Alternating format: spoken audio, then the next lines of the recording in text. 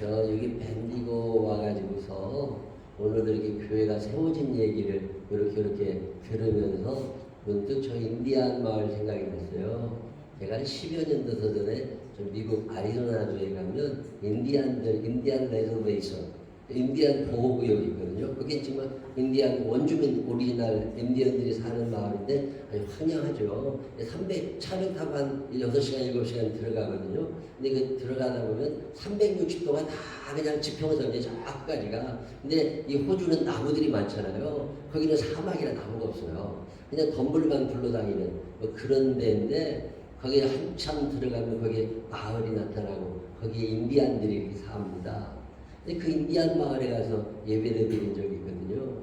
근데 그 인디안 마을이 왜 갑자기 생각이 나느냐면 그 미국 그 인디안 한 사람이 미국 군인이 된 거예요. 미국 군인이 돼가지고서 군복무를 이제 거기 또 선택이니까 자기가 미국 군복무를 하는 도중에 주한미군으로 오게 됐어요. 미국 평택 기지에서 대한민국 평택에서 미군 군복무를 하는데 거기 이제 옷을 빨고 나서 뭐 데리기가 싫으니까 이 옷이 군복이 나오면 세탁소에 가다가 몇 개 가지고서 옷을 데림질해서 입는데 그 세탁소에 있는 그 아가씨를 새기게 된 거예요. 미군 병사가. 그래가지고 미군 병사가 미국 아가씨를 한국 아가씨를 새겨가지고 정이 들어가지고서 결혼을 하게 된 거죠. 그래서 결혼해가지고 이 여자들 얼마나 또 좋아. 미국 남자가 와가지고 같이 결혼을 해가지고 이제 미국가 살 생각을 하고서 그래서 결혼을 해가지고서 살았는데 미국에 이제 가게 된 거죠.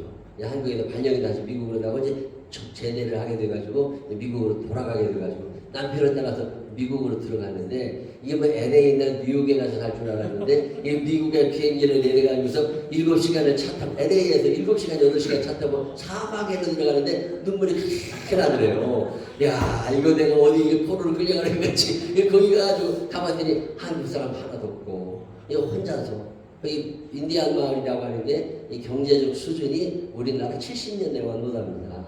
아주 수도도 제대로 없고 전기도 제대로 없고 아주 오지거든요. 그게 마약하고 이런 술 먹고 알코올 중독자들이면 대만입니다. 그런 마을에 가가지고 이 여자가 사는데 미국 이 인디안 여자들하고 한국 사람이 다르잖아요. 그리고 부지런하거든. 열심히 빨래도 하고 설거지도 잘하고 예수를 잘 믿는 여자인데 혼자 기도를 하니까 혼자 예배를 드리니까 너무 외로운 거예요.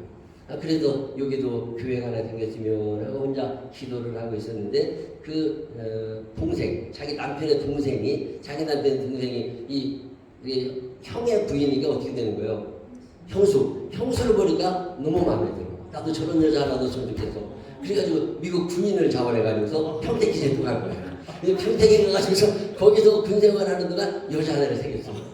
그래가지고 그 여자를 데리고 그 마을에 또 들어온 거예요. 이 여자도 속았지. 그 LA나 뉴욕을 갈 줄 알았는데 아리조나 사막에 들어와가지고 거기 난 모르는 여자 둘이서 이제 예수를 믿고 거기서 이제 30살 토올라는 두 여자가 언니 동생 하면서 같이 이제 의지하고 사는 거지 뭐. 그러고 살다가 예배를 드리고 싶으니까 남편들은 예수 안 믿고 예배를 드리고 싶은데 LA에 나갔다가 8시간을 차를 타고서 LA에 나갔다가 교회마다 들리면서 한국 교회를 찾아다니면서 우리가 저 아리조나 사막에 있다. 그 사막에 있는데 우리한테 와서 예배 드려줄 목사님이 계시냐. 그 어떤 목사님이 8시간을 차 타고 가야 되는데 한 명도 만나지 못한 거예요. 그때 저보다 1년 선배인 형님 한 분이 만났어요. 그 여자 둘이 와가지고 문을 두드리면서 얘기를 하는데 그 얘기를 한 번, 두 번 전에 들어서 이 장두훈 목사님이라는 분인데 저보다 1년 선배인데 그분이 그 얘기 듣고서 그럼 내가 일주일에 한 번씩 들어가겠다. 그 8시간을 차 타고서 들어가가지고서 그 두 자매를 놓고서 예배를 드리게 됩니다. 그 예배를 드리니까 이 두 자매가 너무 감사해요. 매주마다 가서 예배를 드리면서 거기서 이제 인디안들 한 사람 만나면서 교회를 세우려는 중에 이 선교사님이 LA에 가난한 선교사님이잖아요. 뭐 선교사들이 돈 있는 거 아니니까 자동차 타이어도 새거 못 끼고 중고 타이어 써가지고 타는데 8시간 40도 넘는 더위에 거기를 이렇게 드라이브 하면서 가다가 타이어가 터져가지고서 거기서 사람 죽었어요. 그래서 장도원 선교사가 그 애리조나에 가서 사람이 죽었습니다. 그래서 이제 끝났다. 끝나고 났더니 그 선교사를 파송한 교회에서 장례를 치고 난 다음에 이 사람이 여기서 죽었는데 여기서 교회 하나 세워야 되지 않겠나. 그래서 두 번째 선교사 갈 사람이 있겠냐? 그랬더니 저보다 4년 후배 목사 하나, 거기 내가 가겠다. 그래가지고서 그 두 번째 선교사가 들어가게 됐어요. 두 번째 선교사가 들어가서 인디안 마을에 들어가서 그 한국 여자 2명하고, 그다음에 거기 예수 믿게 된 몇 명하고 모여가지고서 이제 예배를 거기 또 이렇게 드리는데 교회가 없어요. 거기 그랜드 캐니언 프로 앞입니다. 그랜드 캐니언에 어떤 여자가 거기 와서 여행을 하러 갔다가 교통사고가 나서 젊은 청년 하나가 거기서 죽었어요. 청년이 죽으니까 장례실 사람이 없잖아요. 한국인 목사, 인디안 선교사가 제 4년 후배 목사가 가가지고 장례를 치르게 된 거예요. 이 죽은 여자가 누구냐면 어떤 그 어페럴, 섬유 옷, 여자들 옷 하는 굉장히 대한민국의 큰 회사 사장님 딸이에요. 그분이 어느 교회 장로님이시거든요. 장로님 딸이 거기서 죽으니까 그 교회에서 이렇게 와서 다 장례가 다 끝났는데 이 죽은 청년의 아버지가 장 목사님이 장례를 헌신적으로 다 3박 4일 동안 장례를 다 치르고 났더니 너무 감사하다. 그러면서 우리 딸이 여기서 죽은데 무의미한 죽음으로 남기고 싶지 않다. 하나님이 내 딸의 생명을 거둬가셨을 때는 하나님의 이유가 있다. 언제가 있다는 내가 천국에서 만날 건데 여기에 의미가 있지 않겠느냐. 내가 의미 있는 일을 하나 하고 싶다. 그래가지고서 그 인디안 마을에 자기 딸 기념 교회 하나를 세워줬어요. 거기 교회가 하나 세워졌어요. 그 교회가 그 인디안 마을에는 수세적 화장실이 하나도 없습니다. 근데 교회 수세적 화장실이 있어. 인디안 마을에는 우물을 퍼가지고서 세수를 하는데 거기는 샤워기를 달려있어요. 그러니까 그 인디안 여자들 남자들이 수세적 화장실 한번 써보려고 교회를 다 나오는 거야. 교회 나가가지고 거기서 있다가 거기도 물을 마시고 거기도 밥을 해먹고 거기서 체육관을 만들고 거기에 인디안 마을 선교사가 하나가 들어가가지고서 거기서 죽고 두 번째 선교사가 가가지고 거기서 교회를 세우고서 그리고 지금은 세 번째, 네 번째, 다섯 번째 선교사들이 들어가가지고 거기 인디안 마을에 한인 지금 한국 선교사님들이 4명이 들어가서 거기서 지금 선교 활동을 하면서 나바오족, 호피 인디안 이런 데들 좀 선교하고 있거든요. 근데 제가 그 얘기가 오늘 갑자기 생각이 났어요. 거기 가서 예배를 드렸던 기억이 나면서 이게 벤디고라고 하는 도시에 한국 사람이 몇 명 하나 이렇게 하나님이 여기다 갖다가 이렇게 심어 놓으시더니 어느 날 이게 모아지게 하시고 교회를 세우시고 여기에 하나님의 살아계심의 증거들이 나타날 수 있다는 거 이거 하나님의 기가 막힌 섭리가 있다. 제가 그 지금은 벤디고 감리교회가 자그마하게 출발하지만 인디안 마을에 거기 제가 들어가실 때 많이 놀랐습니다. 아무도 없는 줄 알았는데 거기 인디안 그 선교사들이 가가지고도 지금 인디안 원부족민들에게 영어로 복음을 전해요. 그 인디안들이 알코올을 끊고 마약을 끊고 거기서 예수를 믿는 사람들이 생겨나고 그들이 교육을 받고서 대도시로 나갑니다. 그 어린 아이들이. 그래도 거기서 다시 공부를 하고 소망을 가지고 살아가는 그런 걸 제가 봅니다. 올 9월에 8월 말쯤에 거기 또 한번 들어가야 되는데 지금 일정에 맞아 고민하고 있는데 오늘 벤디고에 한인교회가 처음 생겼다는 얘기를 들으면서 그 마을이 생각이 났어요. 시작은 미약했습니다. 한 사람이 썩어서 땅을 밀어내어 썩어서 떨어졌더니 그 열매가 나가지고서 지금은 수백 명의 인디안들이 예수를 믿고 있어요. 그 교회가 지금 제일메사, 제이메사, 제세칸메사까지 이 3개의 교회가 거기 지어져 있습니다. 그 교회 지어놓고 거기 사람들이 알코올 때문에 갑자기 쓰러지거나 그러면 선교사들이 싣고서 도시로 나옵니다. 4시간, 5시간 차를 싣고 도시로 나와가지고 병원에 가야 되는데 숙소가 없으니까 그 숙소를 저희가 지어줬거든요. 그게 하나 사놨다고. 근데 그거 오늘 갑자기 생각이 났어요.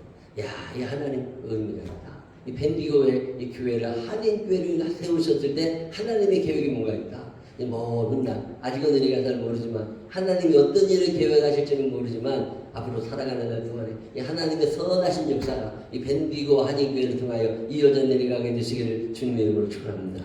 하나 아까 이 교회가 이렇게 만들어지고 첫 예배가 드려지고 여기까지 1년의 세월을 하나님과 함께 그리고 한가정이 만나게 되고 함께 찬양하고 함께 하나님께 예배드리고 하나님 얼마나 좋아하실까.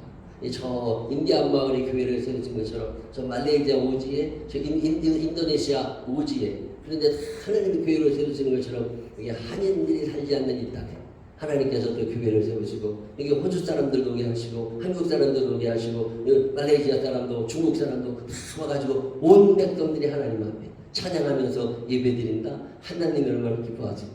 이 귀한 척도를 이 촛도를 놓으신 여러분들에게 주의 은혜와 축복이 함께 하시기를 주님의 이름으로 축원합니다. 내가 오늘 이러한 얘기를 들으면서 너무너무 감사했어요.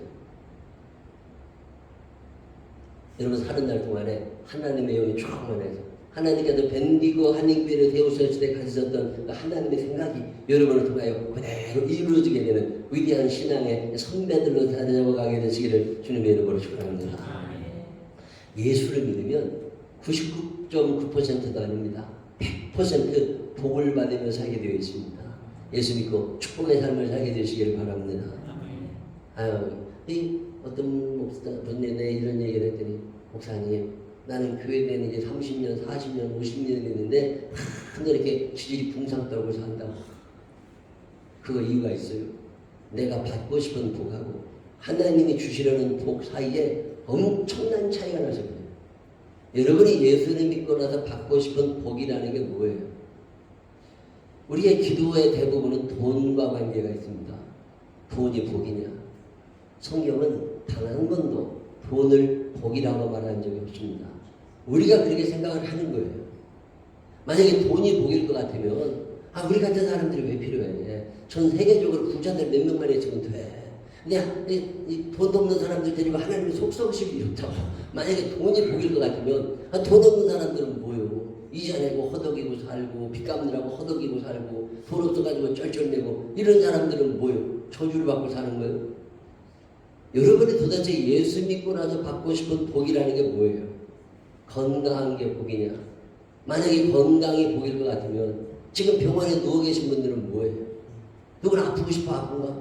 살다 보니까 머리도 아프고 허리도 아프고 다리도 아프고 안 아픈 데가 없어요. 눈도 안 보이지, 이빨도 흔들리지, 귀도 안 들리지. 연세 드신 분들 집에 가보면 약봉지가 그냥 지천으로 깔렸어요.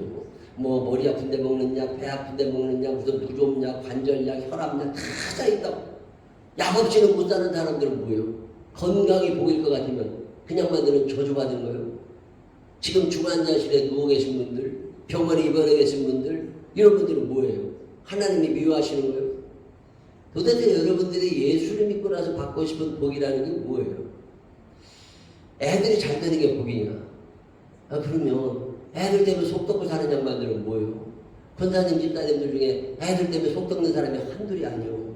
목사님들 중에서도 애들 때문에 속 덮는 사람이 한둘이 아니요. 징그럽게 말 안 듣는데 아주 애들이 말 안 들어서 엄마가 가출하고 싶은 사람이 한둘이 아니요. 애들이 말 잘 듣는 게 복일 것 같으면 애 때문에 속 썩는 양반들은 뭐예요? 저주를 받은 거예요? 여러분이 받고 싶은 복이라는 게 뭐예요? 돈이 복이냐? 오래 사는 게 복이냐? 건강한 게 복이냐? 성경은 단 한 번도 그걸 복이라고 말한 적이 없습니다. 우리가 그렇게 생각을 하는 거예요. 그걸 복이라고 얘기한 사람이 누구냐면 공자입니다. 공자라는 어른이 시경이라는 책을 쓰면서 오복을 얘기해요. 수, 부, 강령, 유호도, 고동명 그러는데 오래 사는 게 복이다. 돈 많게 사는 게 복이다. 건강한 게 복이다. 자 죽는 게 복이다. 덕스럽다는 얘기 듣는 게 복이다. 이런 얘기를 가르친 사람은 공자지 예수님이 아니죠. 이 얘기를 좀 더 확대해서 더 많이 퍼뜨린 사람이 누구냐면 석가모니입니다. 석가모니. 이게 불교하고 유교가 그런 얘기를 하는 거지 성경은 그런 얘기를 단 한 번도 한 적이 없어요. 근데 우리는 그걸 복이라고 하라. 이게 왜 그렇게 된 거냐면 우리들은 태어났는데 기독교 문화에서 태어나지 않았습니다. 우리는 유교 문화권 속에서 불교 문화권 속에서 무속 신앙 속에서 자라났어요. 눈을 뜨고 태어났는데 대한민국이라고 하는 나라 자체는 반만년 역사 속에 기독교 역사가 너무 짧습니다. 대부분은 다 불교 문화권, 유교 문화권 속에서 우리는 살아왔어요. 우리가 초등학교로 들어갔어요. 초등학교 들어갔을 때 내가 알고 있었던 많은 친구들의 대부분은 교회를 다니는 사람이 아니었습니다. 우리를 가르쳐 주셨던 선생님들도 예수 믿는 사람들이 아니었습니다.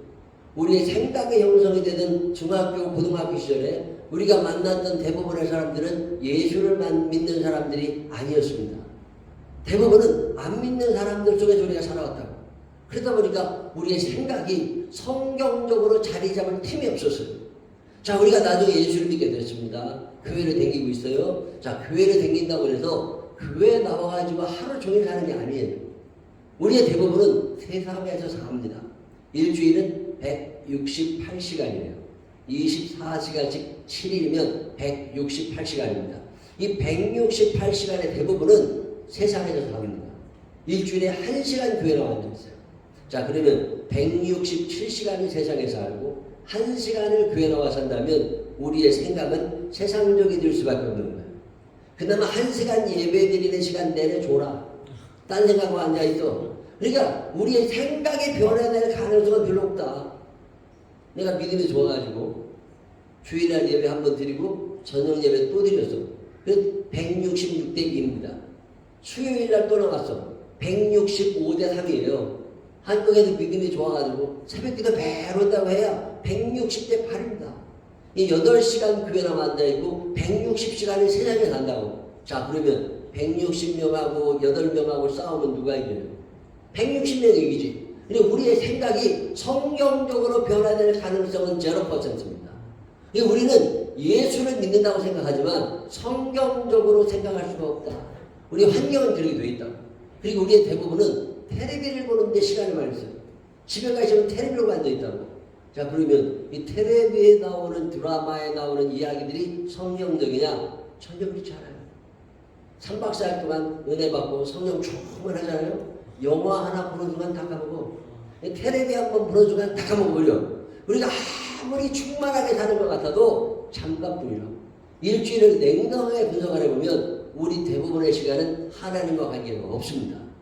그래도 믿음 생활을 제대로 하려고 하면 그래서 매일마다 성경을 읽어야 돼요. 그 말씀 한 절 한 절이 내 마음에 교훈 되도다. 내 평생의 소원, 내 평생의 소원. 이 하나님의 말씀이 나를 지배하기 쉽지 않다. 하나님의 말씀을 아주 사랑해서 매일마다 읽는 사람이 아니면 우리의 생각이 변화될 가능성은 별로 없다.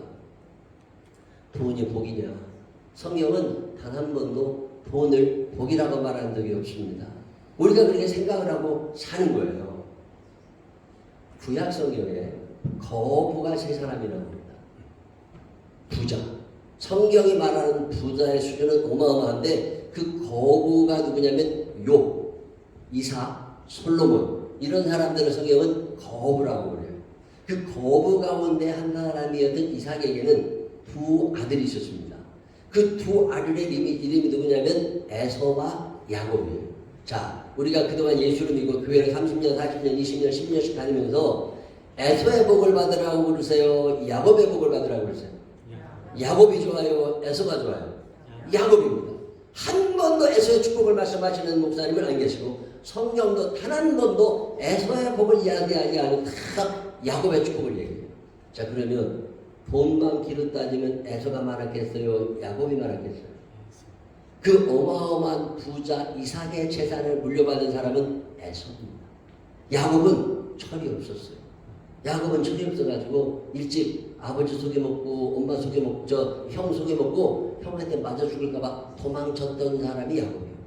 그 도망을 쳐가지고 저 멀리 하란 땅에 가가지고 거기서 외삼촌 라반의 집에서 얹혀 살고 있으면서 이 철이 없어가지고서 멀리 가서 살면 정신이나 좀 차리고 열심히 일을 하고 근데 철이 없어가지고서 어떤 여자애 하나한테 눈이 씌어가지고서 이 지지배한테 눈이 씌어가지고서 그 뒷공문 집조 세인들하고 아무것도 모르는 사람이 야곱이에요. 얼마나 정신이 없었느냐면 월급을 타면 다 그다 여자친구 갖다 줬어요. 몇 년 동안이나 7년 동안이나. 만약에 여러분 아들이 대학 졸업해가지고서 어디 회사 취직했는데 거기서 어떤 지지배 하나 만나가지고서 눈이 돌아가가지고서 월급만 타면 그한테 다 갖다 줘. 엄마는 그냥 양말 하나도 안 사다 줘. 돈만 있으면 다 여자친구 갖다 줘. 만약에 그러면 그거 켜야 돼요? 말해야 돼요? 당연 쫓아낼 판이요. 근데 하루도 아니고 7년 동안 뒤지던 게 야곱이요. 그리고 나서 그 여자하고 결혼하려고 그랬는데 밤에 결혼을 하다 보니까 불도 없는데도 결혼하느라고 여자가 베꼈어. 그래가지고서 엄한 여자랑 결혼하게 됐어요. 그래가지고 다시 그 여자 찾아가가지고서 다시 너랑 다시 하자고. 그래가지고 또 7년 도합 14년 동안 월급만 나면 다 여자친구 갖다 준 게 야곱이요. 내가 우리 교회 집사님한테 물어봤어요. 직장생활 14년 하면 월급 얼마나 받냐? 그랬더니 합쳐보면 몇 억 된대. 7, 8억은 넘는데야. 아니 그러면 그 많은 월급 타는 동안에 엄마 아버지한테는 설렁탕 한 그릇 안 사줬어. 그리고 다 여자친구 갖다 줬어. 그게 야곱이요. 여러분 아들이 나중에 그렇게 됐으면 좋겠는 사람이 있으면 아멘 한번 해봐. 아니 아까 야곱 좋다며.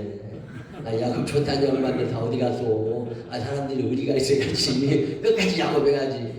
이 야곱이 14년 지난 다음에 정신이 났어요. 부인이 4명이 생겼습니다. 애들이 12명이 넘어가고 13명이 되고 이게 점점 애들이 많아지고 먹고 살이 그래가지고 걱정이 돼가지고서 자기 외삼촌 라반을 찾아갑니다. 그러니까 라반이 그 하란이라고 하는 지역의 제일 거부입니다. 라반 주식회사의 회장님이 라반이야. 그 외삼촌이 라반 주식회사 회장님인데 회장님 찾아가가지고 아 외삼촌 나도 먹고 살게 나 좀 도와달라고 그랬더니 목축업하는 자회사 하나를 떼줍니다. 그래가지고 목축업하는 자회사의 CEO로 등극하는 사람이 야곱입니다. 낙하산이라고 그러죠. 그래가지고 거기서 이제 CEO가 돼가지고서 목축업을 하기 시작한 거예요. 그래서 거기서 양을 많이 쳐가지고서 돈을 많이 벌었으면 얼마나 좋아. 성경 읽어보면 그게 야곱이 머리가 돌아가거든. 머리가 돌아가가지고 이 야곱이 자기 외삼촌 라반의 양을 슬슬 뺏어오는데 요즘으로 표현하면 이 외삼촌 몰래 대표 회장님 모르게 주식을 슬슬 빼가는 거예요. 그래가지고서 주식 명의를 자꾸 자기 이름으로 바꾸는 거예요. 그래가지고 사기를 친 거지. 이게 걸린 거예요. 이게 걸리니까 당장에 군사들을 데리고 와서 야곱 모가지를 딴다고 이 라반이 쫓아오니까 밤에 주량랑을 치는 거예요. 맞아 죽을까봐. 근데 도망은 가야 되겠는데 갈 데가 없잖아요. 갈 때라고는 자기가 도망갔던 아버지 집밖에 없거든. 그러니까 아버지 집으로 식구들을 다 데리고 가는데 그가 거기서 돈을 많이 벌어가지고서 이제 아버지 집으로 가다가 혹시 형한테 맞아 죽을까봐 형한테 뇌물을 씁니다. 형님 내가 돈 많이 벌어서 가니까 이 돈 받고 나 좀 용서해달라고 뇌물을 주는데 그 뇌물 목록이 창세기에 나옵니다. 약대가 몇 마리, 소가 몇 마리, 암소가 몇 마리, 양이 몇 마리, 염소가 몇 마리 쫙 그게 나오는데 그게 오늘의 시세로 따지면 얼마나 되나 그게 궁금해가지고 축산물 공판장 홈페이지에 들어가가지고 내가 다 맞춰봤어요. 그랬더니 한 7억 원 되더라고. 여러분 뇌물 한 7억 정도 줄 정도면 잘 사는 거예요. 뇌물 7억 정도 쓸 정도면 그 뇌물 7억 원을 받아든 에서가 너무 좋아가지고 이렇게 큰 돈을 갖고 왔냐 이런 얘기를 합니다. 야곱이 그 7억 정도를 뇌물로 줬더니 에서가 뭐라고 그래요? 아 이런 걸 뭘 갖고 오냐고 이런 거 우리 집에 지천으로 깔렸다는 거예요. 에서가 부자예요? 야곱이 부자예요? 야곱이 부자가 아니라 에서입니다. 돈만 기른 따지면 에서예요. 에서가 좋아요? 야곱이 좋아요? 아, 그래도 야곱 해야지. 아, 이 양반들이 그냥 마음이 다 변했다니까. 여러분, 잘생기기로 따지면 에서예요, 야곱이에요? 잘생기기로 따지면 에서입니다. 에서는요, 어렸을 때부터 집 밖에 나가면 집 애들이 꼬였어. 그래가지고 무슨 초등학교 다니고 중학교 다니고 회장이라도 한 사람은 에서입니다. 근데 결혼하기, 엄마 아버지가 동의하기도 전에 여자들 데리고 와서 살던 사람이 에서요. 인기가 얼마나 좋았는지. 야곱은요 집 밖에 나가도 아무도 안 쳐다봐. 그래가지고 맨날 집에 와가지고 엄마 치마만 붙잡고 다니는 게 야곱이요. 여러분 아들이 그래도 학교 다니면서 회장이라도 한번 하는 게 좋아요? 아니면 입후보도 한번 못 해보는 게 좋아요? 아, 이왕이면 회장이라도 한번 하는 게 낫지. 그게 에서예요. 에서가 좋아요? 야곱이 좋아요? 아, 그래도 야곱 해야지. 이 양반들이 마음이 다 바뀌었어. 여러분 사람이 나이가 들면 나이보다 더 들어 보이는 게 좋아요? 나이보다 덜 들어 보이는 게 좋아요? 나이보다 덜 들어 보이는 게 좋지. 그래도 동안이 좋잖아요. 동안 대세라고 그러잖아. 아, 이왕이면 젊어 보이고 어려 보이는 게 낫지. 만약에 여러분이 80세쯤 돼가지고서 경로당에 한번 가볼까? 그리고 갔더니 90먹은 할머니들이 다 일어나가지고 아 이제 오셨냐고 연세가 얼마나 되시냐고 그런 거 물어보면 좋겠어요. 80이면 80보다 어려 보이는 게 낫지. 그리고 야곱이 130살 됐을 때 130살이면 어마어마하게 많은 것 같지만 그때는 안 그랬습니다. 아브라함이 170이 넘어서 돌아가시거든요. 이삭이 180이 넘어서 죽습니다. 이게 130이라는 건 요즘으로 말하면 환갑 조금 넘은 거예요. 그쯤 됐을 때 야곱의 아들인 요셉이 애굽의 국무총리가 됩니다. 애굽의 국무총리가 되니까 정치를 잘하니까 애굽 왕 바로가 너무 좋아. 아 근데 어느 날 요셉의 아버지가 왔다 그러니까 애굽왕 바로가 요셉을 불러가지고 야 너네 아버지 오셨다면서 내가 너네 아버지 밥 한번 대접해 드릴 테니까 아버지 모시고 궁전에 좀 들어와라. 그러니까 요셉이 예 알겠습니다. 아버지를 모시고 궁궐에 들어갑니다. 자 아버지를 모시고 궁궐에 갈 때 요셉이 야곱의 몸을 치장하고 화장도 좀 시키고 옷도 깨끗하게 입히고 세수도 하고 그러고서 데려갔을까요? 아니면 그냥 밭에서 농사 짓던 사람 그냥 데려갔을까? 이왕이면 깨끗하게 해가지고 데려갔을 거라고. 요셉이 자기 아버지 야곱을 그렇게 폼나게 해가지고 애굽 왕궁에 데리고 들어갔는데 애굽 왕 바로도 생각이 있습니다. 그때 요셉 나이가 40조로 됐을 때요. 40조로 아들이 되니까 아버지는 이쯤 되시는 분이 오겠구나. 이런 견적이 나와요 안 나와요? 되게 생각이 난다고. 이쯤 되시는 분이 오겠다 이러고 있는데 아니 요셉이 자기 아버지라고 완전 꼬부랑 할아버지를 데리고 온 거예요. 깜짝 놀랍니다. 그래가지고 애굽왕 바로가 뭐라고 물어봐요. 야곱을 붙잡고서 아이 노인장 연세가 얼마나 되셔? 깜짝 놀라서 물어보니까 애굽왕 바로의 이야기에 들은 야곱이 눈치를 챕니다. 내가 나이보다 좀 늙어 보이는구나. 그래가지고 뭐라고 얘기해요? 내 나그네 세월이 130년이온데 내 열조들에 비하여 험악한 인생을 살아가지고 얼굴이 이렇게 팍 사갔으니까 이해 좀 해달라고요. 그게 야곱이요. 야곱에서 와요. 에서가지고 와요. 야곱이요. 참 묘한 일은요. 성경을 아무리 읽어봐도 에서의 축복이 안 나옵니다. 야곱이요. 야곱. 자 그러면 돈하고 관계없는 거예요. 우리가 받으려고 하는 축복은 돈하고 관계없는 거예요. 우리가 받으려는 축복은 건강하고도 관계없는 거예요. 우리가 받으려고 하는 축복은 하나님께서 주시는 전혀 다른 거라고. 자, 야곱뿐이 아닙니다. 신약 성경에 넘어가면 아주 유명한 사람 하나가 나와요. 그게 누구냐면 사도 바울입니다. 이 바울이라고 하는 사람은 태어났는데 부잣집 아들이었어요. 이왕이면 가난한 집에 태어나는 게 좋아요? 부잣집에 태어나는 게 좋아? 선택만 할 수 있다면 부잣집에 태어나지. 근데 이 바울 목사님은 태어났는데 어마어마한 부잣집이었어. 공부도 너무너무 잘했습니다. 여러분 이왕이면 큰 도시에서 사는 게 좋아요? 천구석에서 사는 게 좋아요? 이왕이면 우리나라를 표현하면 강남에 사는 게 낫지. 저 강원도 산골짜기에 살 필요는 없는 거거든. 근데 이 바울 목사님은 태어났는데 강남이었어. 내가 돌아다니면서 물어봅니다. 만약에 여러분 딸이 시집을 간다 그러면 강남구, 논현동, 역삼동, 신사동, 압구정동 이런 데로 시집을 가는 게 좋아요? 아니면 저 강원도, 태백, 평창, 함백, 정선 이런 데로 시집 가는 게 좋아? 내가 물어보면 다 강남에 간다고 그러지 강원도 간다는 사람 없어. 근데 바울 목사는 태어났는데 강남이었어. 태어났는데 부잣집이었어. 태어났는데 머리가 좋았어. 태어났는데 공부를 잘해가지고 서기관이 됐습니다. 그 당시에 가말리엘이라고 하는 사람에게서 배운다는 건 어마어마한 특혜입니다.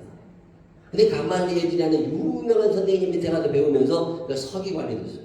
이 서기관도 이 학급 서기관들은 글씨를 베껴쓰던 서기관들이고 이 고급 서기관들은 이 법을 해석해주고 법을 집행하던 사람입니다. 요즘으로 표현하면 법관들이에요.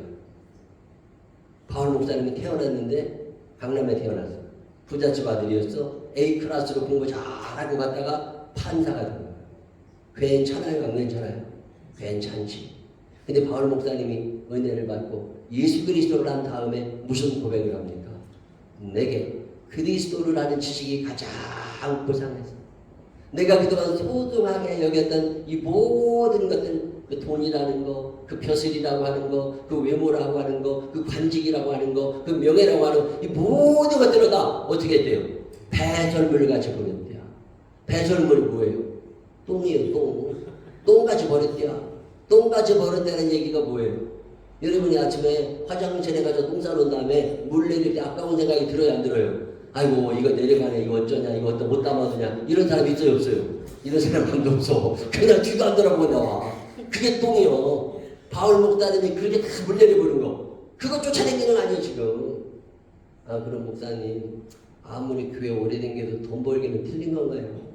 꼭 그렇지도 않아. 내가 어느 날 저 강원도 철원에서 부흥회를 했어요. 철원에서 부흥회를 하다가 저녁 예배 끝나고 숙소로 돌아가던 길에 목이 말라가지고서 24시간 편의점에 들어가서 음료수 하나를 샀습니다. 음료수 하나를 사가지고서 그걸 가지고 카운터에다가 딱 갖다 놓고 계산을 해달라고 그랬더니 그 아르바이트 하는 놈이 턱 찍어보더니 잠깐 기다리래. 그러더니 가서 또 하나를 또 갖고 왔어요. 나 한 개밖에 안 산다고. 그랬더니 아니래. 오늘 1+1 행사하는 날이라고 2개를 가져가라고 그러더라고. 아, 기분이 너무 좋아지네 갑자기. 나 한 개밖에 안 달라고 그랬는데 2개를 얻은 거예요. 내가 달라고 했어요? 안 했어요? 안 했다니까? 그냥 준 거예요. 야, 이걸 받아갖고 오는데 그날 굉장히 기분이 좋아. 근데 성경을 읽어보니까 1+1이 아닙니다. 마태복음 6장 33절에 너희는 먼저 그의 나라와 그의 의를 구하라. 먼저 그의 나라와 그의 의를 구하라. 그리하면 이 모든 것, 무엇을 먹을까, 무엇을 마실까, 무엇을 입을까, 이 모든 것을 너희에게 더하여 주시리라. 세상 사람들은 1+1을 얘기하는데 성경은 1+5를 이야기하는 거예요. 하나만 가지면 다 하신다는데 이거보다 수준 받는 양상 어디 있어요? 이 하나를 구할 수 있는 여러분들이 되시기를 주의 이름으로 축원합니다. 하나님의 뜻을 구하기. 이 하나님이 우리에게 주시려고 하는 복, 이 하나님이 주시려는 복을 구할 수 있는 믿음의 사람들이 되시기를 주의 이름으로 축원합니다. 여러분, 우리가 달라고 하는 걸, 우리가 필요한 거, 우리가 원하는 거, 이게 중요한 게 아니라 하나님이 내게 주시려는 게 있다고. 이 하나님이 내게 주시려고 하는 거, 이걸 내가 구하게 될 때 하나님이 하늘의 문을 열어서 야, 너 어쩌면 그걸 구하냐? 내가 그걸로 주려고 그랬는데 그때 하나님이 내가 구한 그 1+5입니다. 이 모든 것들을 더하여 주고 제가 이 복을 받고 사는 거거든요. 솔로몬이라는 사람 기억하세요? 솔로몬은 이스라엘의 왕이 될 수 있는 사람이 아닙니다. 솔로몬의 아버지 다윗은 목동이었거든요. 목동이 왕이 됐어요. 세력이 너무 없습니다. 세력이 없다 보니까 돈이 필요해. 근데 다윗에게 돈을 막 대주던 사람들이 그 다윗이 왕이 될 것 같으니까 왕이 된 다음에 자기를 버리지 못하도록 자기 딸을 부인으로 삼라고 합니다. 이 다윗이 부인이 여러 있거든요. 근데 그 부인들이 다윗이 여자를 좋아해서 꼬드겨가지고 부인을 얻은 게 아니라 정략 결혼이라고 그러죠. 정치적인 목적 때문에 어쩔 수 없이 결혼을 하게 되는 거예요.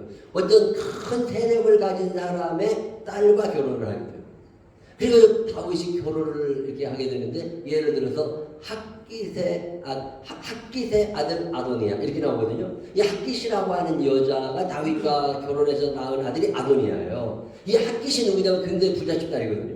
돈이 많아. 이 아도니아가 자기를 호위해주는 병사 50명을 데리고 다녔습니다. 이 50명의 월급을 주면서 자기가 이 50명의 병사를 데리고 다닐 만큼 돈이 많았던 사람의 아들이 아도니아예요. 이 아도니아가 다윗의 뒤를 이어서 왕이 되려고 준비를 다 끝냈어요. 세력이 많은 사람 아도니아. 그 수랑 다음에 딸 마아가의 아들 압살롬. 이게 무슨 얘기예요? 구술 지역의 왕이었던 달메. 그 달메 딸이 마아가인데 이 마아가와 다윗이 결혼을 합니다. 그 사이에서 태어난 아들이 압살롬이에요. 이 압살롬이라는 아들이 아버지 살아계신데 구테타를 일으켜가 자기 혼자 하는 게 아닙니다. 구슬 지역에 있는 자기 외할아버지의 세력을 얻고 와가지고 다윗을 물리치고 자기가 왕이 되려고 하는 거거든요. 이 다윗 주변에 있었던 여자들과 그 자녀들은 대단한 세력가들이거나 아주 대단히 군사력 있는 사람들입니다. 그게 다윗 주변에 있었거든요. 솔로몬이 누구요? 우리아의 아내 밧세바거든요. 우리아의 이 이방 민족, 이방 남자의 아내였던 밧세바가 다윗의 눈에 들어가지고 결혼을 하고 했는데 우리아도 죽어버렸으니까 이거 아무런 세력도 없는 그 밧세바와 다윗 때에서 태어난 아들이 솔로몬이거든요. 그 세력도 없고 돈도 없고 아무것도 아니라고 솔로몬은 왕 후보에도 못 오르던 사람이 솔로몬입니다. 근데 솔로몬이 왕이 된 거예요. 하나님의 특별한 은혜 가운데 솔로몬이 왕이 딱 되고 났더니 야, 의지할 사람이 없습니다. 도와줄 사람이 없어요. 돈도 없습니다. 군사력도 없어요. 해야 될 일은 너무 많지. 능력은 안 되지. 그러니까 아무것도 할 수 없을 때 의지할 분이라고는 하나님 한 분밖에 안 계십니다. 이 다윗이 솔로몬이 왕이 된 다음에 제일 처음에 하는 일이 뭐예요? 하나님을 찾아갑니다. 그 기브온이라고 하는 곳에 큰 예배당이 있었거든요. 그 예배당에 찾아가가지고 1,000번째 양 1,000마리를 구합니다. 어쩌면 그 가난했던 솔로몬의 삶 가운데 양 1,000마리라고 하는 건 그의 전재산 같은 거예요. 이거를 다 끌고 갑니다. 그래가지고서 그거를 하나님 앞에 다 드리면서 하나님 아버지 나 어떻게 해야 될지 모르겠는데 하나님이 나를 좀 인도해 주시라. 하나님 앞에 간절하게 기도를 얼마나 열심히 기도를 했는지 하나님이 감동을 하셔가지고서 솔로몬의 꿈에 나타나십니다. 그게 뭐라고 물어보세요? 내게 무엇하여 주기를 원하느냐? 너 왜 이래? 너 내 아버지 다윗도 이렇게 열심히 기도 안 했어. 너 내 아버지 다윗도 1,000번제를 드린 적이 없어. 근데 너 왜 1,000번제를 드려가면서 내 마음을 흔들어? 그러면서 하나님께서 솔로몬에게 내게 무엇하여 주기를 원하느냐? 근데 솔로몬이 하나님 아버지, 저는 어린아이라 출입을 하지 못합니다. 출입문도 찾을 수 없을 만큼 어린아이인데 해야 될 일은 많고 나라는 크고 외교 문제, 군사 문제, 정치 문제, 교육 문제, 문화 문제, 사회 문제 해결해야 될 일은 너무 많은데 내가 어리석으니 하나님 내게 지혜를 주십시오. 이 지혜를 달라고 구하니까 개역 한글판 성경 보면 뭐라고 나오냐면 솔로몬이 이것을 구하며 그 구한 것이 하나님의 마음에 맞은지라. 하나님도 그거 주시라고 그러거든. 하나님도 그걸 주시려고 그러는데 솔로몬이 그걸 다 구하니까 하나님이 감동을 하시면서 어쩌면 너는 지혜를 구하냐? 다른 것들 놀아가지고 다 돈 달라고 그런다. 다른 것들 놀아가지고 다 병남 해달라고 그런다. 다른 것들 놀아가지고 다 오래 살게 해달라고 그러고 원수의 생명을 멸해달라고 그러는데 너는 어쩌면 이렇게 지혜를 구하냐? 그러지 않아도 내가 너 이거 주려고 그랬어. 그러면서 뭐라고 그러세요? 알았어. 내가 전무후무한 지혜를 너한테 줄 건데 그게 끝이 아니야. 네가 구하지 아니한 돈과 명예와 부유함, 이 오래 사는 거, 원수의 생명까지 내가 다 보따리로 너한테 안겨줄게. 그래서 번성함을 살린 사람이 솔로몬입니다. 이게 1+5의 축복이에요. 나는 다 하나님 구했어. 이 하나님이 다 허락해 주신 거예요. 이 복이 여러분에게 임하게 되시기를 주의 이름으로 축원합니다. 그게 예수 믿는 재미예요. 그게 예수 믿는 재미라고. 아, 그러면 목사님, 내가 뭘 구해야 될까? 내가 뭘 구해야 돼? 복이 뭐냐? 하나님이 우리에게 주시고 싶은 복 목록이 구약 성경에 나옵니다. 그게 제일 정확히 나와 있는 게 시편 1편이에요. 거기 보면 복이 있는 사람은 그 다음에 뭐예요? 악인의 길을 쫓지 아니하며 죄인의 길을 걷지 아니하며 오만한 자들이 앉지 아니하고. 자, 그러면 복 있는 사람이 누구냐? 죄인에게. 자, 그러면 남편을 위하여 뭐라고 기도해야 돼요? 돈 많이 벌게 해달라고 기도하게 돼. 하나님, 우리 남편이 어떠한 상황 속에서도 죄 짓지 않는 사람 되게 하여 주옵시고, 신앙의 양심을 지키며 살게 하여 주옵시고, 타협하지 않게 하여 주옵시고, 그 주변에 악한 것들이 꼬이지 않게 하여 주옵소서. 하나님, 우리 남편이 오늘 출근하는데, 우리 아들이 오늘 첫 출근하는데, 우리 아들이 회사를 다니는데, 우리 아들이 내일 시험을 봐야 되는데, 어떠한 경우라도 신앙의 양심을 따라 살게 하여 주옵시고, 행여나 죄인들의 자리에 앉지 않게 하여 주옵소서. 여러분, 이런 기도 하세요, 안 하세요? 이런 기도 안 하면, 이런 기도는 안 하고 다 돈만 달라고 그러는 거예요. 이게 1+5의 축복이 아무에게나 임하는 게 아니라니까. 하나님이 내게 주시려는 복이 뭐냐? 하나님, 내 어떠한 상황 속에서라도 신앙의 양심을 따라 거룩하신 아버지 하나님의 성품을 닮아서 전능하신 아버지 하나님을 사모하면서 하나님의 뜻대로 살아가기를 원하오니 나는 연약하오니 성령이여 나를 취하여 주시옵소서. 내게 하나님의 뜻대로 사는 복을 허락하여 주시옵소서. 왜 이런 기도를 못해요? 왜 이런 기도를 못해? 바른 기도가 드려지는 교회가 되시기를 주의 이름으로 축원합니다. 늘 기도합니다. 하나님, 우리 교인들이 사업을 하는데 수단 방법 가리지 않고 돈 버는 사람 되지 않게 하여 주옵시고, 이 길이 하나님이 싫어하실 만한 길이라고 하면 아무리 돈이 되는 길이라 할지라도 거절할 줄 아는 용기를 허락하여 주옵소서. 그게 우리의 기도. 그게 예수 믿는 거예요. 그때 하나님이 거룩하신, 그 정결하신 하나님께서 그때 하나님이 하늘의 문을 여시고 1+5의 축복을 허락하여 주신다. 구하지 않은 것까지 다 챙겨주시는데 우리는 이 믿음이 없거든요. 먼저 그의 나라와 그의 의를 구할 수 있는 믿음이 없어요. 일단 돈부터 달라고 해야 돼. 일단 몸부터 닦고 봐야 돼. 이거 하나님 좋아하지 않으세요? 우리 밴디고 하는 교회가 살아가는 날 동안 먼저 그의 나라와 그의 뜻을 구할 수 있는 사람들이 되시기를 주의 이름으로 축원합니다. 여러분, 구약 성경뿐이 아닙니다. 신약 성경에서도 예수님 이 땅에 오셔가지고 내가 너희들에게 어떤 복을 주고 싶어 하는 줄 아냐? 그러면서 우리에게 주고 싶으신 복 목록을 쫙 풀어주십니다. 이 복 목록 8가지를 팔복이라고 해요. 이 팔복, 여러분에게도 임하게 되시기를 주의 이름으로 축원합니다. 심령이 가난한 자는 복이 있나니 천국이 그때 된 것이며. 시작. 심령이 가난한 자는 천국이 그들 것이며 심령이 가난한 자가 복이 있는데 천국이. 자, 그러면 예수님이 우리에게 주시고 싶으신 복 중에 첫 번째 복이 뭐냐? 천국인 줄로 믿으시길 바랍니다. 팔복은 첫 번째 복도 천국이고 마지막 여덟 번째 복, 의를 위하여 박해를 받는 자는 복이 있나니 천국이 그들의 것입니다. 팔복은 천국으로 시작해서 천국으로 끝납니다. 예수님이 이 땅에 오셔서 처음 외치신 음성이 뭐예요? 회개하라, 돈을 벌 것이다. 아니라니까. 회개하라, 병이 나을 것이다. 아니라니까. 회개하라, 천국이 가까웠는 거예요. 예수님은 입만 벌리면 천국 얘기하십니다. 요한복음 14장에 너희는 마음에 근심하지 마라. 하나님을 믿으니 또 나를 믿어라. 내가 너희를 위하여 처소를 예비하러 간다. 가가지고 다 지어놓고 너네들 오라고 그럴 거니까 걱정하지 마.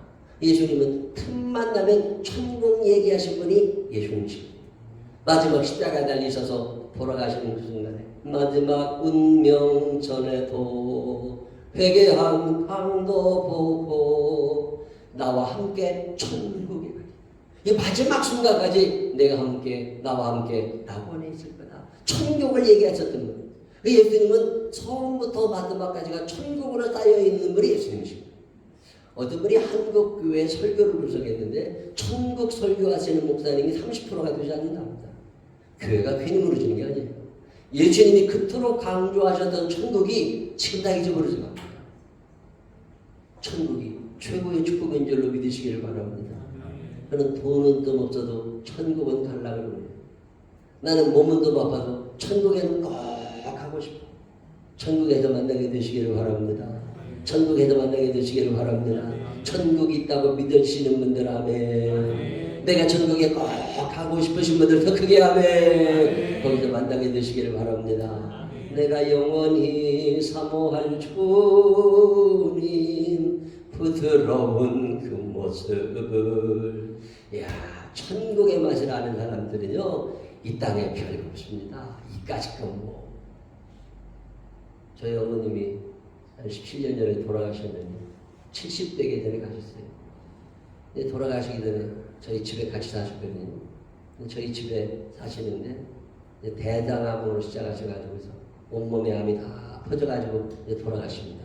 돌아가시기 직전인데 곡기도 다 끊어지고 삐쩍 말라가지고 기운도 하나도 없는 그런 엄마한테 이제 밥숟가락 밥이라도 드리려고 이렇게 죽이래 미역이라도 끓여가지고서 떠드리려고 아침에 문을 똑똑 두드리고 밥그릇을 들고 어머니 방에 들어가면 우리 어머니 밥그릇을 다 붙잡아서 기도를 하세요. 그럼 저도 기도하죠. 하나님 아버지, 오늘의 식사가 마지막 식사가 되지 않게 하시고 내일 또 한 끼의 식사를 하실 수 있도록 건강의 복을 달라고 하루만 더 생명을 연장시켜달라고 기도하면서 밥을 떠드리고 그럴 텐데 어느 날 아침에 문을 똑똑 두드리고 들어갔더니 이 양반이 기운도 없는 양반이 벌떡 일어나 앉아 계시고 침대에 앉아 계셔가지고서 기도를 하시는 거예요. 근데 우리 어머니를 보고서 엄마 아파 죽겠다며 이 판에 뭐 기도는 그렇게 하느냐고. 근데 우리 어머님이 날 쳐다보시면서 쓱 웃으시더니 야, 너 이사 가려고 그러면 그 집에 가보고 싶지 않대. 아, 이사 가려면 집에 가보고 싶지. 베란다는 어디 붙었나 화장실은 어디 붙었나 가보고 싶지. 근데 우리 어머님이 날 쳐다보시더니 나 이사 갈 거다. 아파 죽겠다며 어디로 이사 가. 기운도 하나도 없으면서. 그랬더니 우리 어머님이 날 쳐다보시면서 나 천국으로 이사 갈 거다. 엄마 천국 가봤다? 근데 우리 어머님이 젊어서 천국을 몇 번 보셨대요. 근데 나이 들어서 바쁘게 살면서 천국을 잊어버렸는데 이렇게 아픈 걸 보니까 이게 병이 안 낫는 걸 보니까 우리 어머님이 요한복음 14장 1절 좋아하셨거든요. 너희는 마음에 근심하지 마라. 하나님을 믿으니 또 나를 믿어라. 내가 너희를 위하여 처소를 예비하러 간다. 그리고 다 집 지어놓으면 너 데리러 온다고 말씀하셨는데 이렇게 아픈 걸 보니까 하나님이 천국에 당신 집을 다 지어놓으신 거예요. 그러면 이제 입주 통보가 온 거예요. 그러니까 이제는 가야 돼. 입주해야 되니까 천국집으로 이사갈 준비를 하고 계신다는 거예요. 아, 그러시냐고. 그러면서 매일마다 기도하시는 제목이 하나님, 나 이렇게 병이 안 낫는 걸 보니까 하나님이 천국집 다 지어놓으신 것 같은데 나 거기 가려고 그러는데 가기 전에 그 집 어떻게 생겼나 보고 싶으니까 하나님 나 그 한 번만 좀 보여주세요. 그 기도를 하고 계신다는 거예요. 아, 그러시냐고. 한이 덜 지나서 문을 똑똑 두드리고 방에 들어갔더니 우리 어머님이 누워 계시다가 손짓을 이렇게 빨리 오리라. 그래가지고 어머니 옆에 갔더니 일으켜 세우라고. 어머님을 이렇게 세워드렸더니 우리 어머님 얼굴이 환해지시고 그래 나를 쳐다보시면서 야 어젯밤에 우리 예수님이 하얀 옷을 입으시고 지팡이 하나 들고 당신 곁에 오셔가지고서 너 어떤 집에 살고 싶은지 한번 가보고 싶으냐 물으시더래요. 그래서 우리 어머니가 예 예수님 나 어떤 집에 가서 살게 될지 보고 싶어요. 예 따라와라. 우리 어머님이 예수님 따라서 천국을 갔다 오십니다. 그 천국 갔다 오신 얘기를 해주시는데요. 예수님을 따라가는데 논두렁처럼 길이 좁답니다. 두 사람이 같이 나란히 못 간대요. 한 사람밖에 못 따라갈 만큼 좁은 길인데 거기에 예수님이 앞서가시고 우리 어머님이 뒤따라가는 거예요. 그래서 우리 어머님이 예수님을 따라 이렇게 한참을 가는데 갑자기 그냥 새까만 어둠이 몰려요. 예수님이 그 어둠 속으로 쑥 들어가시니까 아이고 예수님이 안 보이니까 예수님 놓칠까봐 우리 어머님이 그 어둠 속으로 탁 들어가시는데 그 어둠이라고 하는 건 0.1초도 안 돼서 싹 사라진답니다. 이 어둠이 다 사라지고 나는데 그 앞에다 갑자기 환한 빛이 비치면서 그 빛이 얼마나 밝은지 눈을 뜰 수가 없다는 거예요. 그 눈을 뜰 수 없이 밝은 환한 빛이 그래도 예수님 놓칠까봐 그냥 눈을 부르뜨 가려고 그러는데 갑자기 저 앞에서 그냥 황금색문이 쫙 펼쳐지고 꽃이 피어 있는데 야 거기 좋다 나 거기 갈 거다 그러더니 훌쩍 따라버렸어. 천국 사모하며 살게 되시길 바랍니다. 천국 있다고 믿어도 되는 분들 아멘. 우리 어머님이 혼자 피아노 치시면서 저 높은 곳을 향하여 날마다 나아갑니다. 내 주여 내 마음 붙드사 그곳에 있게 하소서. 그것은 빛과 사랑이 참 많이 찬양하시고 열린 천국문 내가 들어가 세상 짐을 내려놓고 빛난 면류관 받아쓰고서 주와 함께 길 살리. 참 천국 찬양으로 하시거든요. 천국 사모하며 살게 되시기를 바랍니다. 천국 있다고 믿어주시는 분들 아멘. 내가 거기 꼭 가고 싶으신 분들 더 크게 아멘. 여러분 천국 있다는 얘기는요 지옥도 있다는 걸 아셔야 돼. 아이고 제가 잘 아는 형님 한 분이 지옥을 3번이나 갔다 왔어요. 이 양반이 지옥을 갔다 오고 나는요 사람이 달라졌어. 날 쳐다보면 얼마나 야단을 치나 몰라. 예수 똑바로 믿으라고. 너 목사라고 천국 가는 게 아니라고. 예수 똑바로 믿어야 된다고. 절대로 지옥 가면 안 된다고. 지옥 갔다는 얘기를 해주는데요 아주 소름이 다 돋는다니까. 지옥에 얼마나 큰 불구덩이가 있는지. 이 불구덩이가 엄청난 불구덩이가 있고 거기에 사람이 타는데요 막 신음소리를 내면서 그 빨간 불에서 사람이 타는데 그게 타는 것도 문제지만 냄새가 사람 타는 냄새가 보통 역겨운 게 아니라 그 막 지옥은요 막 코를 막고 돌아다녀도 못 다닐 정도로 역겨운 냄새가 많이 나요. 절대로 거기 가면 안 된다고. 예수님이 땅에 오셔서 우리에게 주시는 복숭의 최고의 축복이 천국인 줄로 믿으시기를 바랍니다. 난 돈 별로 생각 없어요. 난 천국은 꼭 가고 싶어. 근데 이 천국은 어떤 사람이 가느냐? 심령이 가난한 복이 있나니 천국이 그들의 것이며 심령이 가난한 자가 되어 살게 되시기를 바랍니다. 이 심령이 가난하다고 하는 이 가난하다고 하는 말의 히라보어로는 3일 굶었다는 말입니다. 3일 굶은 사람을 가난한 사람이라고 해요. 여러분 3일 굶어보셨어요? 3일 금식 여러 번 해봤거든요. 3일 금식을 기도원에 가서 할 때도 있지만 집에서 할 때가 있습니다. 난 12시 땡 금식하는 거예요. 3일을. 그럼 11시 반부터 밥을 보고 11시 반부터 이제 밥상 차리고 밥을 잘 못 뱉고 그냥 꿀룩 나오도록 시커 먹은 다음에 12시 땡 금식하는 거예요. 그리고 나 이제 하루가 지났어. 하루가 지난 다음에 교회를 가야 되잖아요. 근데 교회를 가려고 나가잖아요. 우리 집에서 나와가지고 교회까지 가려고 그러면 떡볶이집 하나를 지나가거든요. 나는 떡볶이 1년에 하나도 안 주워 먹는 사람이에요. 근데 하루를 굶으니까 아이고 거기 앞에 지나가는데 왜 그렇게 먹고 싶은 생각이 드나 몰라. 참 이상하대. 이틀째 되는 날이요. 이틀째 되는 날 그 떡볶이집 앞을 지나가다 보면요. 야, 그 떡볶이집에 들어가 있는 사람들이 그렇게 부러울 수가 없어. 아이고 나도 저거 먹어봤으면. 그 냄새도 맡고 싶어서 그 옆에 있다니까. 3일째 되는 날이요. 집 밖에도 안 나갑니다. 아침부터 시계만 쳐다보고 있어. 내가 12시만 되면 밥 먹을 수 있거든. 그러면 11시 반부터 밥 차려놔. 그리고 12시 되면 밥 먹을 판이요. 내가 분명히 11시 45분 되는 거 봤거든. 근데 한참 지나간 것 같은데 11시 50분이요. 그러면요, 이거 배터리 떨어진 거 아니야. 별 생각이 많았다니까. 3일 굶어보세요. 아무 생각 안 나. 생각이 딱 하나를 모아줘요. 그게 무슨 생각이에요? 먹는 생각이요. 가난하다고 하는 건 뭐냐면 딴 생각이 전혀 안 들어. 생각이 하나로 모아져. 먹는 생각 하나에 모아지는 걸 가난하다고. 심령이 가난하다고 하는 게 뭐냐? 내 모든 마음이, 내 마음이 예수님께 모아져야 되는데 예수님이 안 계신 것 같으면 못 살 것 같은 삶. 예수님께서 너희가 돌이켜 어린아이들과 같이 되지 아니하면 결단도 천국에 들어가지 못할 거라. 이 어린아이는, 여기서 말하는 어린아이들은 아당아당 걷는 애들이거든요. 이 아당아당 걷는 애들 데리고 놀이터 가보셨어요? 놀이터 갔다가 놀면 애들이 혼자 잘 놉니다. 잘 놀다가 갑자기 벌떡 일어나가지고 둘레둘레 살펴. 누구를 찾는 거예요? 엄마를 찾아. 저기 엄마가 있어. 팍 가가지고 엄마한테 안기고 나서 아주 좋아하죠. 근데 벌떡 일어나서 둘레둘레 살피는데 엄마가 없어. 엄마가 없으면 어떻게 해요? 막 울어. 아니 왜 울어? 엄마가 화장실 갔든지 마트 갔다가 그만 오겠지. 근데 애들은 그 생각이 안 나. 엄마가 안 보이는 순간 더 이상 살고 싶지 않아. 엄마가 없다는 건 내 생명의 단절을 의미해. 엄마가 안 계시는 순간 나는 죽는 거예요. 이걸 슐라이에르 마우라고 하는 신학자는 절대 의존의 감동이라고 표현해요.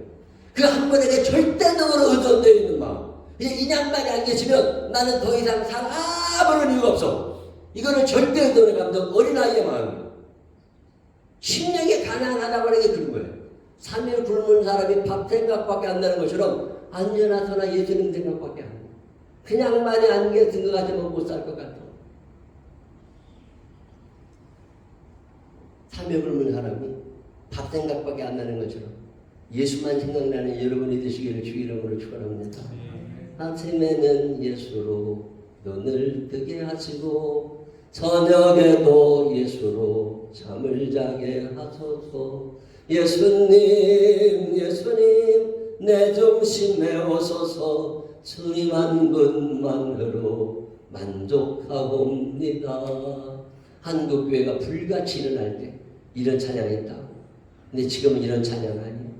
나대나 아메나 눈물 머금고 내 주님 오실 날만 고대합니다. 가실 때 다시 오마 하신 예수님 오 주여 언제나 오시렵니까. 먼 하늘 이상한 구름만 떠도 행여나 내 주님 오시는가 해. 그저 먼 하늘에 이상한 구름 하나만 떠도 아유 우리 주님 저것 타고 오늘 안 오시나. 그냥 예수님을 기다려. 주님 다시 오신다고 그랬잖아요. 다시 오마 다시 오마 또 다시 오마. 우리 주님 다시 오신다고 그랬거든. 오라 주님 구름 타시고 나팔 불 때에 다시 오시리. 우리 주님 오신다고 그랬거든. 근데 아무도 안 기다려. 아무도 안 기다려. 심령이 가난해지지 않는 거예요. 그냥 이상한 구름 하나만 하늘에 둥 떠 있어도 아유 오늘 저것 타고 우리 주님 오셨으면 좋겠다.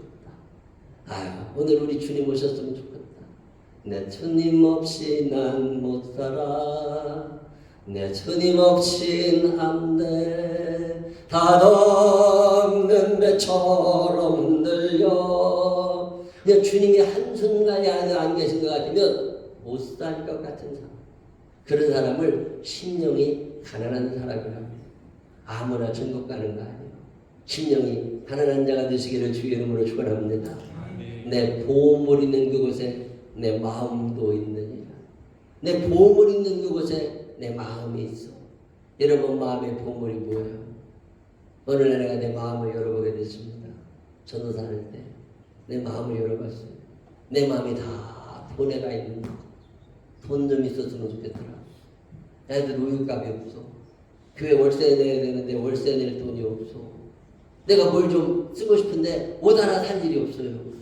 이거 월세 내야 되지. 애들 키워야 되지. 이거 헌금 할 게 너무 많은데 돈이 너무 없으니까 그냥 눈만 감으면 돈 달라는 게 밖에 안 나와. 내 마음의 보물이 돈이요. 어느 날 내 마음을 열어봤더니요, 내 마음이 다 돈에 가 있는 거예요. 에이, 이래가지고 예수 제대로 믿겠나? 어느 날 회개하는 마음이 생겨가지고 어느 날 기도하다가 아유, 이래서 예수 제대로 믿겠나? 아무리 없이 살아도 돈이 내 마음의 보물이 되면 안 되지. 내가 그날 내 지갑을 열어가지고 지갑 속에 있는 돈 다 꺼내가지고 다 찢어 쓰레기통에 버렸어. 하나님, 내 평생 돈에 마음 두고 살지 않을 겁니다. 내 마음을 양떼와 소떼, 내 마음을 천국에, 내 마음을 예수님께 두고 살 거니까 내 주머니는 하나님이 알아서 채워주세요. 그리고 잊어버렸어요. 돈 찢어보셨어? 돈 안 찢어봤으면 말도 하지 말아요. 그래서 내가 그지같이 사느냐고요? 아니에요. 제가 대한민국 상위 1%를 삽니다. 참 여유있게 살아. 목사님들 중에 나만큼 여유 있는 사람 많지 않아요. 먼저 그의 나라와 그의 의를 구하고 살았대요. 그때는 힘들고 어렵더니 세월이 지나니까 하나님이 내 주머니 사정을 하시고 내가 오늘 목사 그만두고 평생 먹고 살 길이 있는 사람. 여러분 마음의 보물이 뭐예요? 예수님이, 천국이 여러분의 보물이 되시기를 주의 이름으로 축원합니다. 어느 날 내 마음을 열어봤더니 내 마음이 다 애들한테 가 있는 거예요. 그 애들이 내 마음의 보물이. 이래가지고 예수 제대로 믿겠나? 하나님 아버지, 얘네들 우리 아들 아닙니다. 우리 딸 아닙니다. 난 얘네들한테 마음 두고 살지 않을 겁니다. 내 마음을 양떼와 소떼에 두고 내 마음을 천국에 두고 내 마음을 예수님께 두고 살 거니까 얘네들 하나님이 길러주세요. 그리고 잊어버렸어. 그래가지고 우리 아들, 딸이 불량 청소년 됐느냐고. 아니요. 나보다도 지혜로우시고 나보다도 전능하시고 나보다도 거룩하신 하나님이 그 아이들이 길러주시니 1+5의 축복입니다. 나보다 더 잘 살아요. 나보다 믿음이 좋아요. 나보다 하나님을 더 사랑하고 살아요. 참 우리 아들, 딸이 존경스러울 때가 있어요. 여러분 마음의 보물이 뭐예요? 어느 날 내 마음을 열어봤더니 내 마음이 다 아파트에 가 있는 거예요. 집 한 채 있었으면 좋겠더라고. 아무리 목사님이지만 이사 안 가도 되는 집 한 채는 있어야지. 일찍 내가 재테크에 눈이 뜯어가지고 80년대에 청약저축을 갖고 있었어요. 그때는 일산 판교 분당이 없을 때입니다. 근데 내가 청약저축 1.2터 통장을 갖고 있어요. 일찍 재테크에 눈이 뜯어가지고 어느 날 내 마음을 열어보니까 내 마음이 다 아파트에 가 있는 거예요. 돈만 있으면 거기다 몇만 원이라도 넣어가지고 그때 청약. 어느 날 내 마음을 열어보니까 내 마음의 보물이 아파트. 이래가지고 예수 제대로 믿겠나? 그 청약 통장을 가지고 그때 주택은행 가락동 지점에 가가지고 해약해다가 내 창구 직원이 깜짝 놀라가지고 날 쳐다보더니 이게 뭔 줄 아냐고. 이게 아파트 한 채라고. 이게 아파트 한 채라고. 다른 사람들이 이게 없어서 난리인데 일찍 시작하셨구만. 이거 해약하는 거 아니라고. 돈이 필요하면 대출 받아 가시라. 이거 해약하는 사람은 한 명 없다고. 아니라고. 내 평생 내 돈으로 된 집 한 채 없이 살다가 가려고 그러니까 이거 없어달라고. 근데 부지점장이 또 남았어. 그러더니 이거 해약하는 거 아니라고. 이게 뭔 줄 알아? 이게 아파트 한 채라고. 아니라고. 나 평생 이런 거 필요 없이 살고 싶으니까 없어달라고. 해약해다가 하나님께 예물로 드리고 말았어. 내 집도 없이 사느냐고요? 아니에요. 집이 없어서 교회 칸막을 산 세월이 10년이 넘습니다. 근데 세월 지나가지고 나니까 이제는 교회에서 담임 목사 사택이라고 아파트 하나를 해줘가지고 그 좋은 아파트에서 잘 살아요. 이제 언젠간 내가 은퇴할 거잖아요. 은퇴하면 내가 살 아파트를 미리 다 사놨습니다. 근데 오늘 은퇴해도 걱정이 없어요. 그 아파트 가서 살면 돼요. 박내칸짜리 큰 아파트를 우리나라 돈으로 한 15억이 넘는 아파트가 내한테 있어요. 이제 나하고 우리 집사람이 거기다 살 거예요. 그리고 우리 집사람도 죽고 나도 죽고 다 죽으면 다시 교회가 가져가면 돼. 아니면 다음번 원로 목사님이 와서 사시면 돼. 우리 교회가 담임 목사 사택도 만들어놨고 원로 목사 사택도 만들어놨고. 제가 2년 전에 코로나 때 제주도에 갔다가 거기다 집 한 채를 사다 놨어요. 근데 거기 가가지고서 우리 교인들이 내가 그 집을 쉐어하우스로 내놨습니다. 난 집 필요 없으니까 우리 교회가 같이 쓰자. 교인들이 늘 거기 가서 이번 주에도 누가 거기에서 쉬고 있다. 얼마나 감사한지 몰라.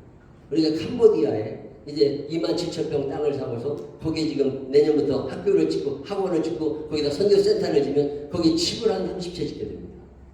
거기 집 한 채가 이제 방 두 칸짜리 그거 하나 해놓고서 제가 거기 가서 한 달씩 있어도 아무 문제 없어요. 먼저 그의 나라와 그의 의를 구하고 살 때 하나님이 이 모든 것을 더하여 주십니다. 여러분 평생 사는 동안에 하나님의 나라와 의를 구하게 되면 이 1+5의 축복이 여러분의 삶을 채우게 될 것을 믿어주시는 분들만 아멘 한번 해봐요. 여러분 사는 동안 여러분이 받고 싶은 복이라는 게 뭐예요? 돈이 복이냐? 건강이 복이냐? 애들이 잘 되는 게 복이냐? 성경은 단 한 번도 그런 얘기 하지 않습니다. 하나님께서 우리에게 주실 최고의 축복은 천국인 줄로 믿으시기를 바랍니다. 예수 믿는 사람들은 비록 가난할 수 있어. 예수 믿었지만 아플 수 있어. 그러니까 예수 믿었는데 천국 못 가면 안 돼요. 밴디고 한인교회 문지방을 넘는 모든 이들의 발걸음이 천국을 향하게 되시기를 주의 이름으로 축원합니다.